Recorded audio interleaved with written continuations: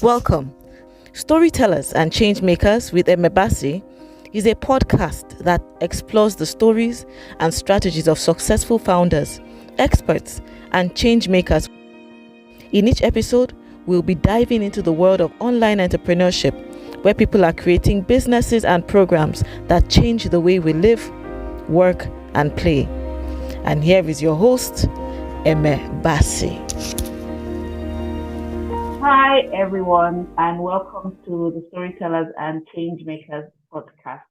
And I am honored to have today Melissa McFarlane, a business coach based in Los Angeles, West Coast, Burbank. Really? Mm-hmm. Oh, LA girl. Let me tell you about her. Melissa McFarlane is an internationally recognized business coach with over 30 years of experience in entrepreneurship and business, personal and professional coaching. As creative, successful entrepreneurs, that is her company, Melissa helps creative visionaries and mavericks start and grow successful businesses they love. Melissa's model of business coaching has helped thousands and is proven to lift struggling business owners beyond survival to earn 6 to 7 figures while working fewer hours in radically more enjoyable ways. I love that. Working in private and elite small group environments, Melissa helps her clients to create new personal and professional visions, define timelines and action plans, learn skills, assemble support, maintain accountability, and ultimately make good on the promise of their talent. Melissa sees what you can be, do, and have, and has a clear model for achieving it. Wow. Welcome, Melissa. That is, I love that. I already have so many questions just reading through that. Fantastic. Bring them on. And it's such an honor to be here, Emma. Yes, I was talking with a friend of mine who owns a networking organization, and I said, I really, really need a speaker that can talk to us about pricing and packaging and sales and all that bit. And she said, there's just one person I have that, I would recommend. And that was you, Melissa. Funny enough, the first day that we met, I felt as if I was being coached while we were talking. I'm really pleased that you're going to meet her today, and I'm pleased that you're going to hear from her today. So, first question, why is it harder for creative people to prosper? That's such a good first question. So thank you, Emma. So yes, I focus in our business here at Creative Successful Entrepreneurs on the creative entrepreneur. I know you're doing a summit soon called Freelancer to CEO, I think. And that is one of the reasons I just thought that was perfect, because we are in business, because I knew so many freelancers as I got started. I was a freelancer myself. I was an actress, and I learned. I mean, all my friends, all the people I swum in the same waters with were creatives and are creatives, really, even to this day. And while I was managed to position myself in my own business with my own coaching, et cetera, in corporate life a little bit as a contractor sometimes.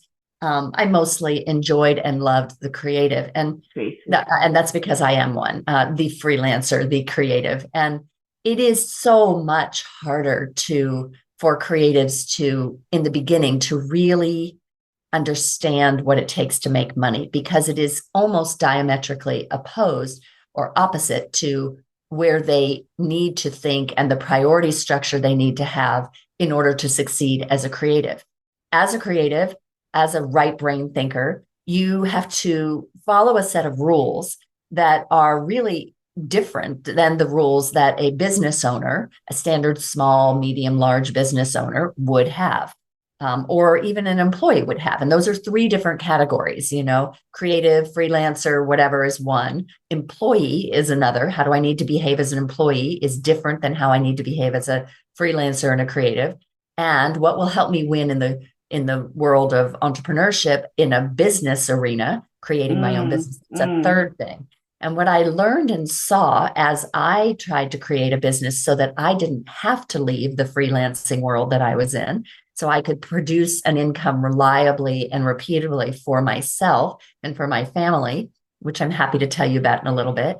I learned that the rules for succeeding in my freelance world that I was in had nothing to do with the rules for succeeding in a business that I was now starting for myself so that I didn't have to stop being a creative. And you might wonder, well, why not just be a creative? And that's because the freelance world is very subjective, especially in the arena that I was operating in, which was acting. So I was an actress, and that is a very subjective world. You absolutely cannot It's reliably, not predictable in any not way. predictable.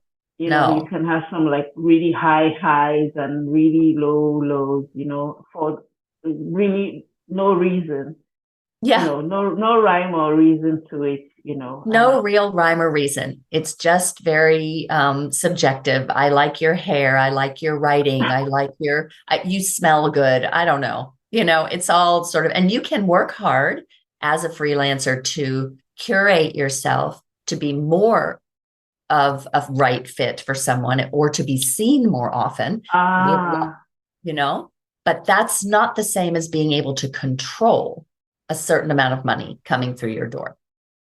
It helps if you apply the business building skill set to a freelance career to get more freelance work, better freelance work at a better price tag. And so if for those of your listeners who want to remain in the freelance arena and just do better, a lot of what we're going to be talking about in our conversation on the Summit Talk and also beyond, together will absolutely help them to stay as a freelancer.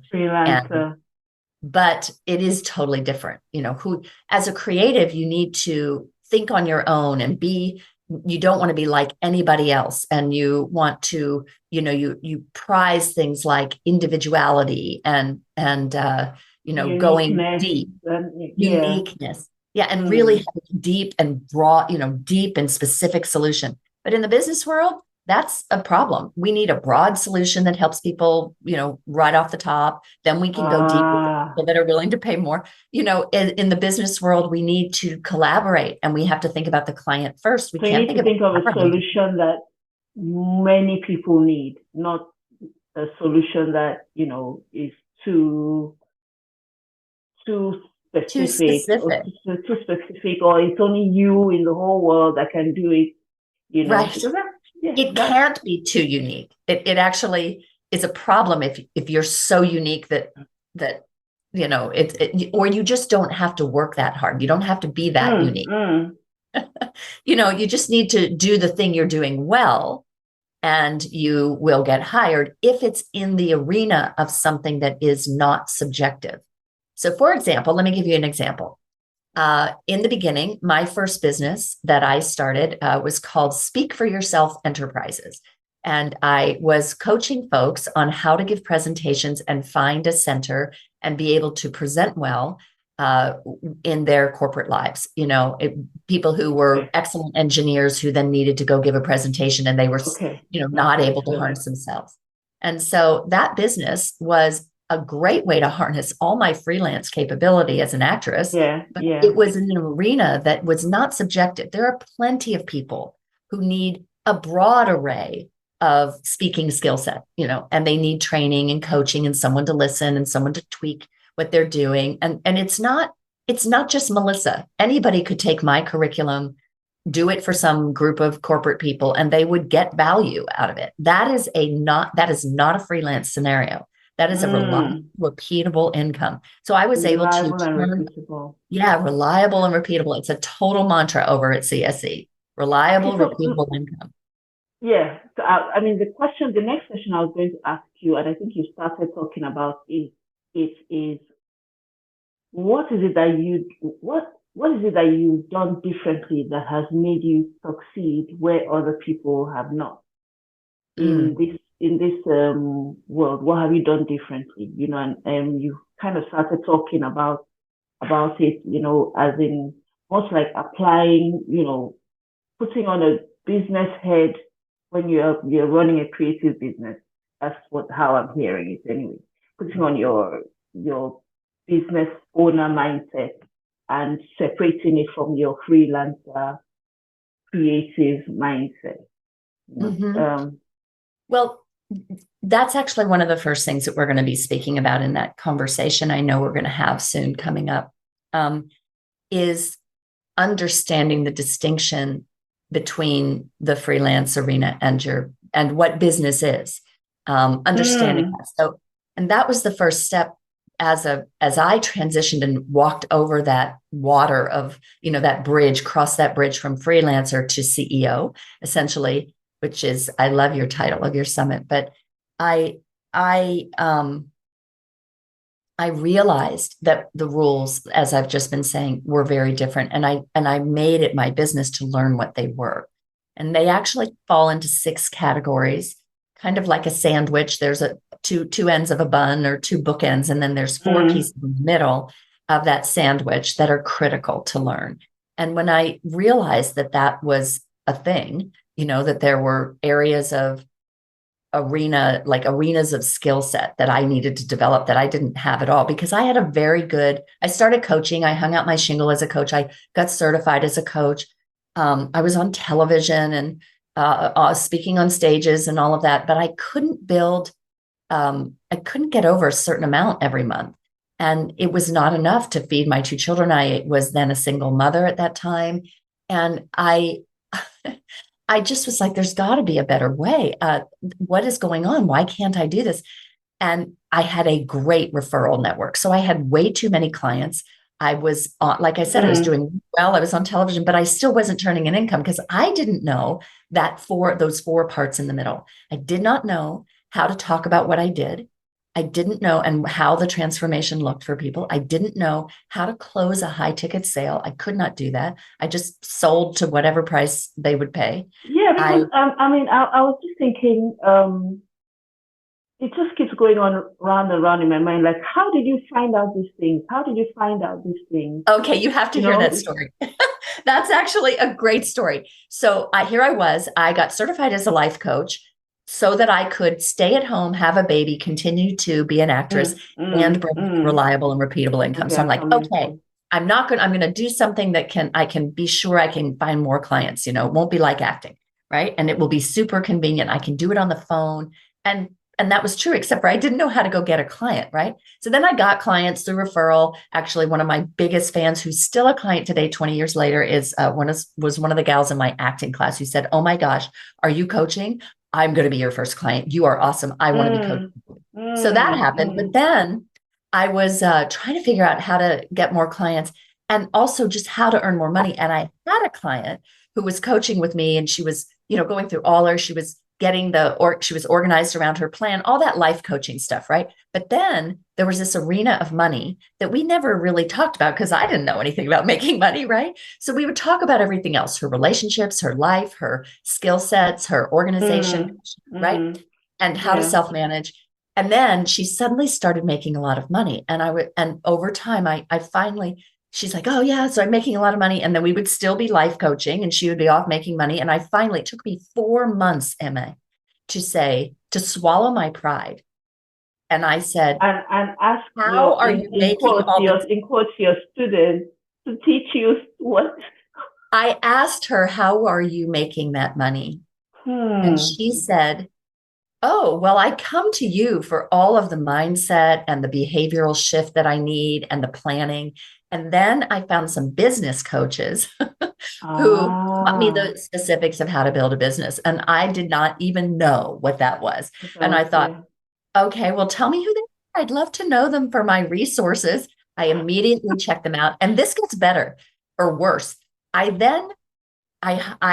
called them. They were too much money. I was so annoyed. I thought, oh my God, that's so much money. Because of course I wasn't charging that money. And I thought, I'm a great coach. I'm getting hired on national TV. Why are you charging 10 times what I charge? I don't like you. But I could see they were really good. So I hired a different coach for a lot less money. And then I spent 3 months with that coach. I ended up kind of coaching that person. I got a Good. couple of worksheets that were Something helpful. else, And yeah. then I finally swallowed my pride again and really, I mean, I was down to no money. My poor kids, they were, I was wondering, I got to a place where it was like hire the big expensive coaches. Now I have even less money, right? Or pay the mortgage. And I held my breath, hired the expensive coaches, and within a Hmm. year, 1 year, I had quadrupled my income. And prior to that, just in the first 6 weeks, because I had to make the first payment, right? I had to make the mortgage. I actually got my first high ticket client that paid my mortgage and paid off my first coaching fee in 1 month because of what they were teaching me. And it's been up, downhill ever since. I came across a lady who said almost word for word what she said. She teaches people how to create courses, and she's a Mm-hmm. Nigerian lady. And she was talking about her hiring her first coach. And just the same thing, she was like, one is too much. Oh, let me, I can struggle, I can do it on my own, I can, whatever, And then she said, and then at the point she said she was praying and praying and praying and praying. I was like, God help me, God help me, I'm struggling. And as she said, she just felt God said to her, go back and hire that coach. And exactly the same thing that you said. Within a few months, she had doubled and then doubled again, and it's something that people need to get their head around. The investment that you make that seem to be an investment in talking, just somebody to talk to, you know. Right. Yeah, Well, yeah. we were talking earlier about what gets in the way of a freelancer or a creative. Like, why do they struggle so much? And that thing you just said that you see in my story and hers is that independence well, it isn't independence really, but it's that stubborn, I need to do it my way. I need to do it alone. My And, own. and part of that, we just want to call out to say the freelancer and the creative, they are not wrong in their creative freelancing world, that their talent, that they do need to have courage and to be a front runner but that skills or that capability or that habit really screws around with your ability to stabilize and understand what business is, to get help. It just means that it makes it very hard for Mm, creatives to get mm. help. And here's something funny. When I have a whole part of my family that's been to business school, Harvard Business School, Kellogg, Yeah, yeah. is business. And when they heard that I was starting my little business back then, they said, well, where did you find the capital? And I did not even understand what they meant. I was like, what? So that is the business person's own understanding of how these things work Yes, a compared to true how the business trade. owner, Yeah. they go for the help first, and they go for a lot of it. Mm, They are not going to mm. pull money out of their pocket. Like they invest right away. They mortgage their house, and they go for a big board of direct, or investor conversations, and Yeah, yeah, yeah, it's yeah, very different. yeah, yeah. So, oh wow. I mean, So that habit is not helpful. I think yeah, I think there's a lot of value in even realizing that, because many of us just we see ourselves struggling and we don't know why we're struggling. I was listening to a Jay Abraham thing on Prime Mhm. Video, and it really struck me when he said that thing about what's the connection between how talented you are and how much money you make or how financially successful you are, and he asked that question, and the answer is that there is absolutely no connection. There's no connection between how much talent you have and how well you do. They're two different things, and I love the way that you also make that distinction. Like, these are two different things. Yes. One kind of screws with the other or messes with the other. Yeah. If you take this mindset and try to apply it to this side, it's not going to work. So Yes. that's where you come in. But Mm-hmm. then Mm-hmm. that still doesn't really explain to me how, because I think there's I think you're gifted as well, because I think you asked the right question. Oh, that's such a good point. So, yeah. So, This is one of the things that's very different about our company, actually, than maybe some other business coaching companies out there.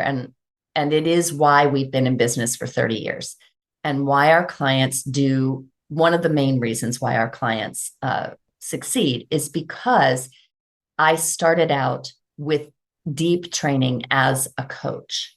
So I didn't start out with deep training in marketing or deep training in sales or packaging and pricing. Those weren't the first things I learned. And frankly, those things for many, for folks to convert their first mid six figures, all they need is a very basic set of understanding, truthfully. And frankly, less is more in those arenas. We're going to be covering those arenas in our conversation. Yeah. But that's not what makes the difference on our client success. What makes the difference is the fact that all of our programs, or really almost all of them, include private coaching with a life coach and business coach training. So our coaches all have a combined training. We certify coaches in our world because I needed coaches to teach and coach the way I did. I came up. I was in so many business coaching programs where they did not know how to talk to the client to get the right answers, and they couldn't intuit and help the client figure out where they were stuck. So it didn't matter how good the methodology was or how good the information was. Their client wasn't applying that information, and that's because it was the client. It was self-management. It was how they behave. It was awareness about those things. And those are all things that we get to from a life coaching or a coaching skill set. Coaching is a dialogue. Coaching assumes that you have the answers. I don't have the answers. And you have somebody engaging with you to pull out what's going on. Where are you stuck? I noticed this. I see this. What do you think about that? And they know which things. A coach knows which things are priority and will block which things we can remove before we can remove other things. Whereas other people will just talk at a person and basically try to get them to take an action. Just, well, let's get a new action plan for you. And let's do what my protocol is. And then that poor client won't show, even if they have private coaching in their programs, they don't have a private coaching with a very well-trained coach. They have private coaching with a coach who has learned the methodology, and that's different. So I got really tired of that when I was coming up, and thank goodness I could self-coach, and I also had my own life coach so I could take that business training and then I could go to the life coach and say, I'm having trouble getting this outcome. And boy, does it make a difference. So yeah, we really believe in that ability to dialogue with the person, because we're all people building our careers and our businesses. We're not robots. Yeah. I mean, it just makes me realize that it's one thing to have. I mean, most of us already know what to do. We have the information. We read the book. So you read the book. You're working hard. Why are things not? Why isn't it working? So I think there's so much value in getting coaching. To somebody that will actually walk with you along the journey. So, and I want to say one thing quickly about this, if I can interrupt, just to say, we have a little mantra at CSC that is kind of a backbone of our business. It goes like this: build a better business, build a better you, build a better business, build a better world. And we really, I think business is spiritual. I think it is totally the fastest way to self-expand, for the soul to expand. Yeah. And I just want to say that you're right. We all know what we need to do, but the truth is that when someone comes to make a decision, not to just lean in and investigate their talent, but to actually leverage that talent into the world in an impactful way that not only benefits them, but also actually helps the planet to evolve, when they make that decision, everything about how they've been being, hiding, et cetera, is going to come up. And it's going to come up because we have to build a landing page, something we've never done, or we have to get out and do a presentation, or we have to start talking about what that talent is. And so it isn't just about not knowing tech or something like that and being afraid. It's that we are suddenly going to expand. And that reality needs that support, that it's a That's Sherpa from the transition. that life coaching type of support. I love that. I mean, I think I'm so glad that you're going to be one of our first speakers, if not the first speaker, at the Freelancer to CEO virtual summit, because I think this actually, your talk would lay a very good foundation for what we are trying to achieve. You know, at the point I was asking my friend, I said, maybe I should have just made the summit to be about mindset, because honestly, even though we're talking about, you know, sales and systems and, you're knowing your numbers and money and mindset, at the end of the day, the first thing, like you said, build a better you. It all starts with that. If you don't sort yourself out, you can't build anything on that. Yeah. At least something that will be sustainable. Oh, I think I've run out of questions. So how many children do you have? Let's go. Yeah. I Let's have go two. home.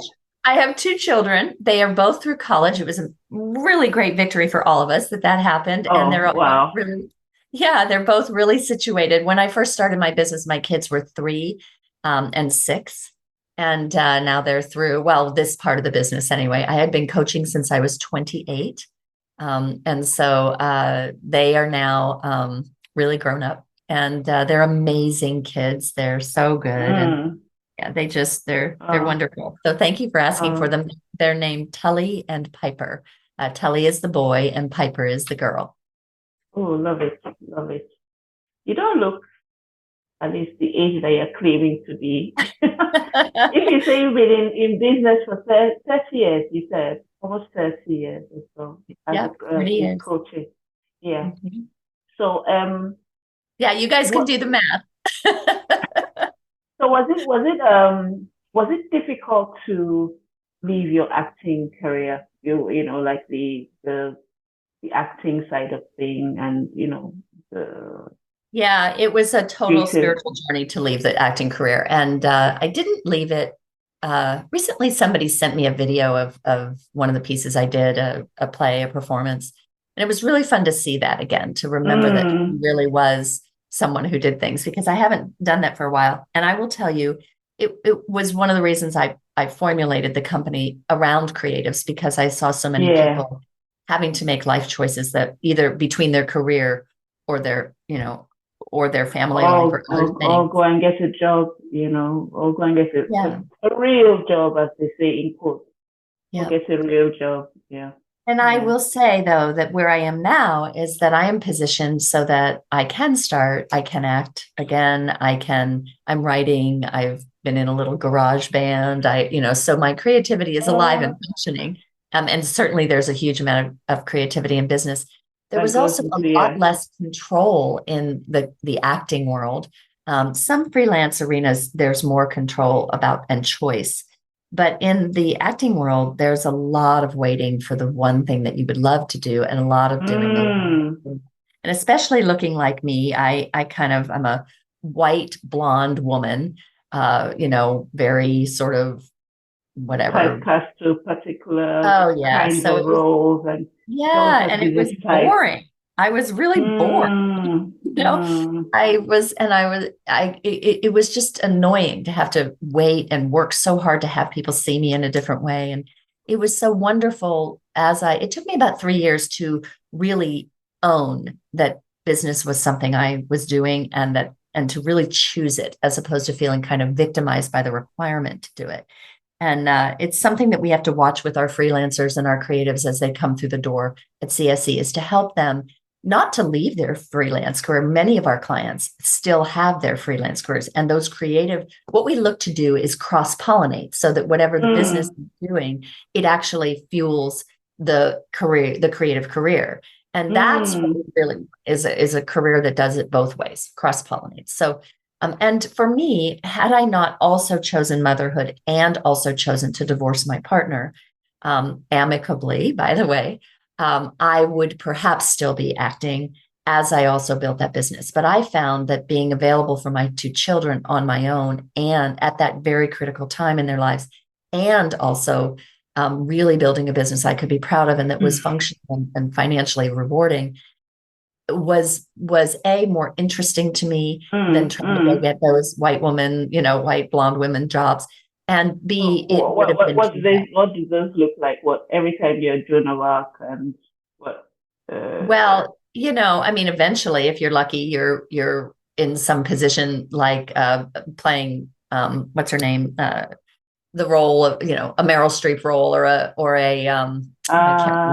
who's the actress on House of Cards, Robin Wright. Oh yeah. Oh really? Yeah, so I have that kind of look. And that would be great. But normally I was playing. Oh, by the way, in case you haven't seen her picture yet, Melissa is a very beautiful lady. She's beautiful on the inside, but I am actually mean on the outside. She's a very pretty lady. So I will tell you, I loved the anonymity that coaching had for the longest time when we weren't on video before Zoom. It was only phone. And so I had these people saying to me, "Oh my God, when I met you finally, I had no idea. I thought you were, in your 50s, 60s, and because of the way my voice sounded on the phone."